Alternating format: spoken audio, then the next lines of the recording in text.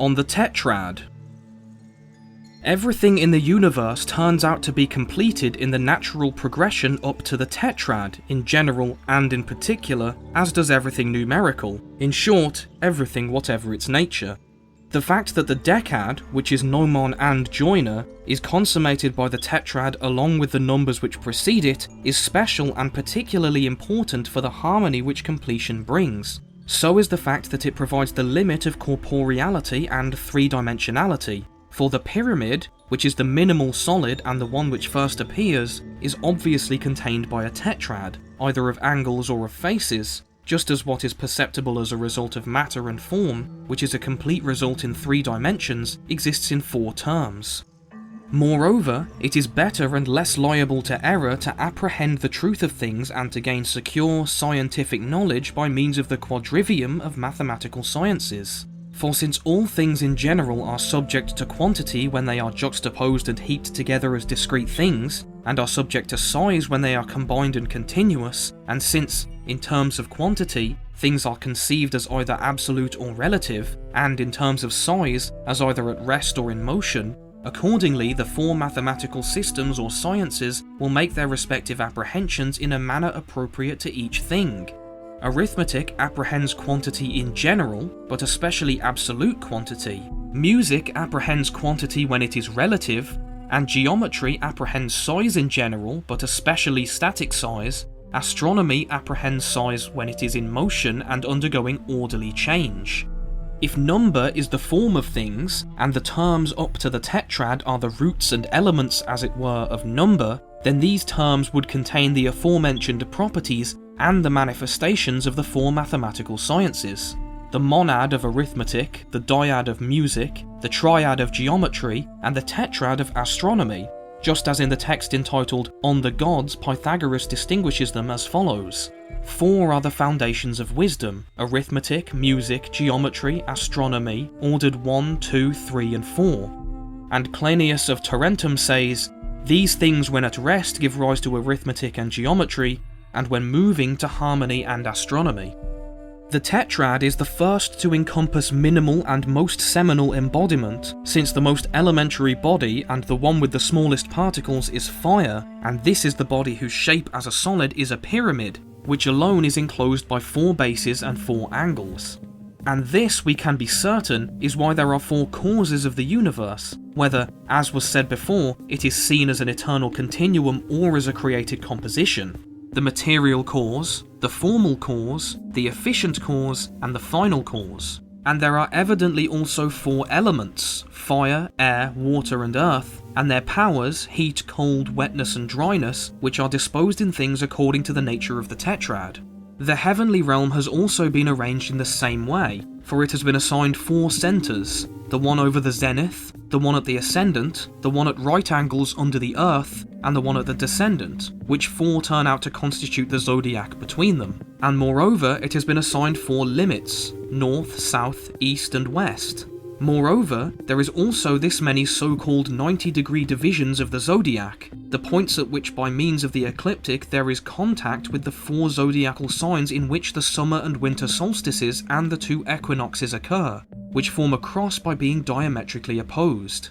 There are 4 traditional seasons of the year: spring, summer, autumn, and winter, and there are 4 measures, so to speak, of general change, of which the largest is the unbroken one called eternity.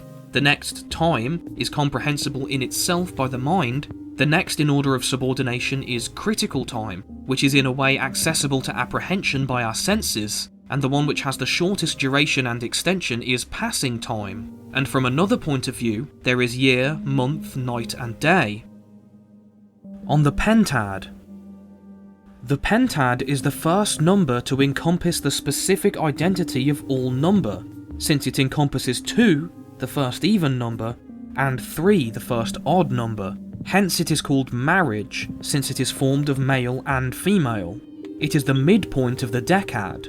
When it is squared, it always encompasses itself, for 5 times 5 is 25, and when it is multiplied again, it both encompasses the square as a whole and terminates at itself, for 5 times 25 is 125. There are 5 solid figures with equal sides and equal angles. the tetrahedron, octahedron, icosahedron, cube, and dodecahedron, and Plato says that the first is the figure of fire, the second of air, the third of water, the fourth of earth, and the fifth of the universe. Moreover, there are 5 visible planets, not counting the sun and moon. The square on base 5 is the first to be equal to 2 squares, the one on base 3 and the one on base 4. A tetrachord is said to consist of the first even and first odd number. Geometric concord is thought to fall under 5. Hence the pentad is particularly comprehensive of the natural phenomena of the universe.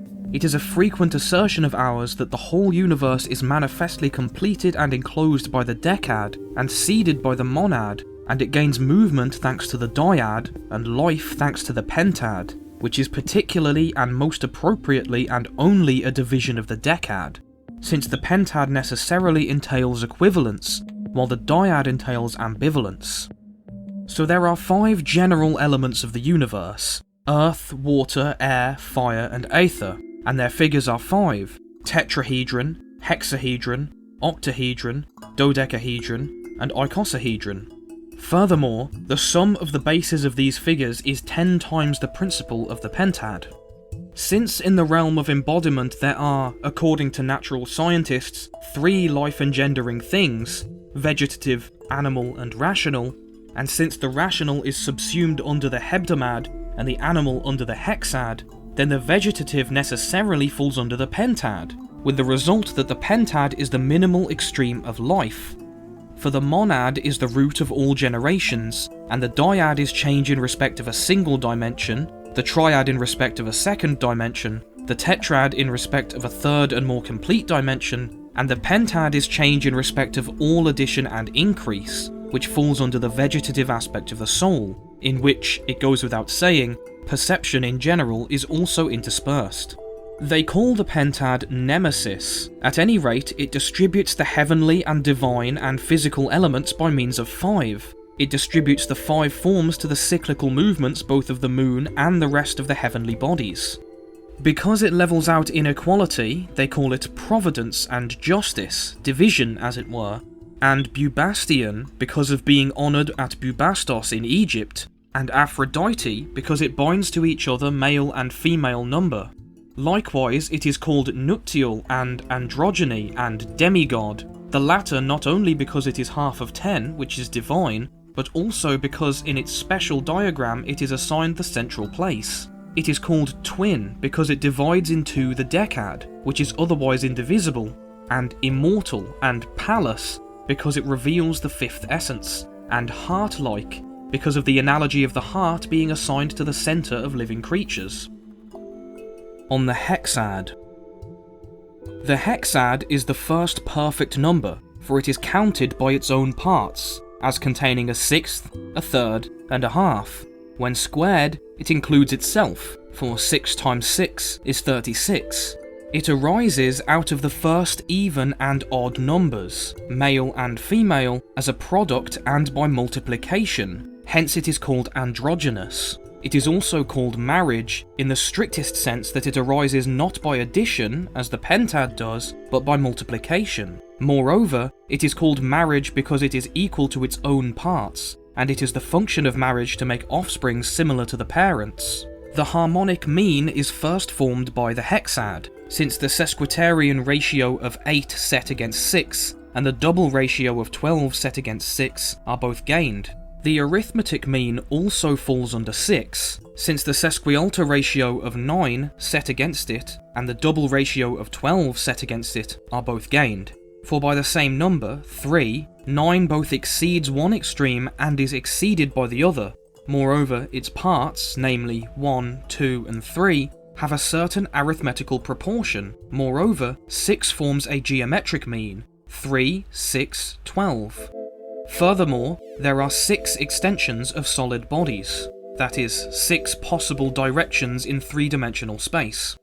After the pentad, they used to praise the number 6 in very vivid eulogies, concluding from unequivocal evidence that the universe is ensouled and harmonized by it and, thanks to it, comes by both wholeness and permanence, and perfect health, as regards both living creatures and plants in their intercourse and increase, and beauty and excellence, and so on and so forth. They undertook to prove this by adducing the following as evidence: the disorder and, insofar as it itself is concerned, formlessness of the eternal prime matter, and the lack of absolutely everything which makes for distinctness, in respect of quality and quantity and all other categories, was separated out and made orderly by number, since number is the most authoritative and creative kind of thing, and matter in fact partakes of distinctness and regulated alteration and pure coherence thanks to its desire for and imitation of the properties of number. But number itself is found to have formed its progression to infinity by means of the hexad, in perfect additions. For primary perfection is having beginning, middle, and end, and secondary perfection is being equal to one's own parts, without excess or deficiency in being related to them. And the primary type is found in the triad, as in a root, and the secondary type is found in the hexad, as the basic number of the series of numbers which have this type of perfection. But the triad's perfection is also found contingently in the hexad, for 2 plus 2 plus 2 is again beginning, middle, and end. But the hexad's perfection is not to be found in the triad, for its parts are defective in relation to the whole, and we find that, by nature, and not by our own hypotheses, quantities occur in triads, and that in the adding of numbers these quantities give the total aggregate, right up to infinity, a hexadic identity. From another point of view, if the soul gives articulation and composition to the body, just as soul at large does to formless matter, and if no number whatsoever can be more suited to the soul than the hexad, then no other number could be said to be the articulation of the universe, since the hexad is found stably to be maker of soul and causer of the condition of life, hence the word hexad. Because the perfection of the universe falls under the hexad, the virtue of the Creator God is rightly thought to be hexadic. For alone among the virtues, wisdom is a divine and perfect true extreme, that is, it is not a mean, but has just one thing simply opposed to it, its lack, ignorance, which is not opposed by excess or deficiency. Nor is wisdom absent from any other virtue, but it accompanies all of them, since they are mortal, and it is thanks to this virtue alone, which because of its participation in the hexad has neither excess nor deficiency in relation to its parts, but altogether has equality and consequent perfection and wholeness, that the universe is not excessive, insofar as it was fashioned by the wisdom and providence of God, and has been occupied by this virtue, both it and, as regards its parts, plants and animals, as will also appear in our discussion of the Hebdomad. Since the nature of the number 6 is in a sense crucial for the generation and formation of soul, then what Plato says will be found helpful, as follows. The compound structure, from which is dispensed the generation of soul and from which are separated the portions up to 27 times the first, is hexadic according to Plato too. For all these reasons, Plato blended the mixture in a reasonable way, the first ingredient being indivisible being, the second divisible being, and the third the being which consists of both together, so that two things may each be threefold, or conversely three things twofold, as being equal to 2 times 3, or 3 times 2, odd and even odd.